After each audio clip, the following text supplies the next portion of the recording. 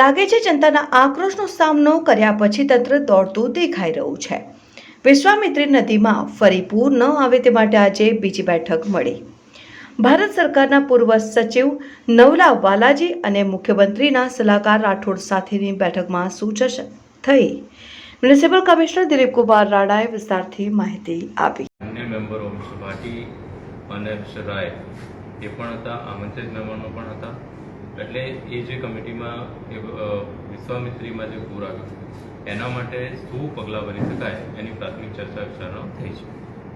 Sir, કઈ રીતે ચર્ચા થઈ એની અંદર? પ્રાથમિક ચર્ચામાં એ પ્રાથમિક ચર્ચા બધા એન્જિનિયર્સ અને એમના જે સેન્ટ્રલ વોટર કમિશનના એન્જિનિયર સાહેબો, જે ચીફ એન્જિનિયર સાહેબ છે, એ પણ દિલ્હીથી જોડાવ્યા હતા અને એમને પ્રાથમિક ચર્ચાઓ બધી કરી છે। સર, જે તે સમયે જે ઝોન ફેર થયા એના પર કોઈ ચર્ચા થઈ કે એના મંજૂરી આપી છે? આ કમિટીનો સ્કોપ નથી। એમાં ખાલી ને ખાલી જે આજવા ડેમ, સતાપુરા ડેમ,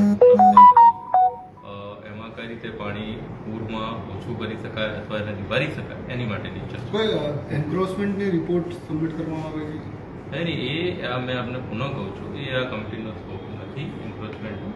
એમનું પૂર કઈ રીતે ઓછું આવે એ જોવાની જવાબદારી છે। એમાં ઓફકોર્સ એન્ક્રોચમેન્ટ પાર્ટ હોય તો એમને અમે ધ્યાને મૂકશું, પણ અત્યારે હાલ પૂરતી એક ચર્ચા થઈ ગઈ। જે રીતે દબાણની વાત થઈ છે ગઈકાલે, જે આપણે સૂચન કર્યું હતું, એના માટે ખાસ કઈ ચર્ચા? ના, એ ચર્ચા નથી થઈ। આ ફક્ત ને ફક્ત પૂર ન આવે, ઓછું આવે અને પાણી કઈ રીતે વિશ્વામિત્રીમાં વરસાદમાં જે આ વખતે આવ્યું એ ન આવે એની માટે થઈને જે એના જે પગલાં ભરવાના છે એ બાબતે એક્સપર્ટ્સ જે એના નિષ્ણાતો હોય એની સાથેની ચર્ચા વિચારણા માનનીય અધ્યક્ષ સાહેબની હાજરીમાં થઈ। કઈ સૂચન આપ્યું છે સાહેબ અમને? અત્યારે કોઈ સૂચન થયું નથી, એ ચર્ચા ચાલે છે। જે પાણી છે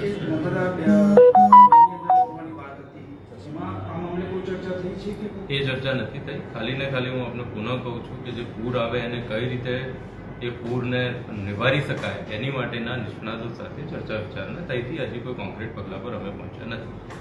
સાહેબ, કંઈ પણ સૂચન કર્યું હોય કે હજી નથી થયું, ચર્ચા ચાલે છે। જ્યારે થશે ત્યારે હું આપને જણાવીશ। ઓકે।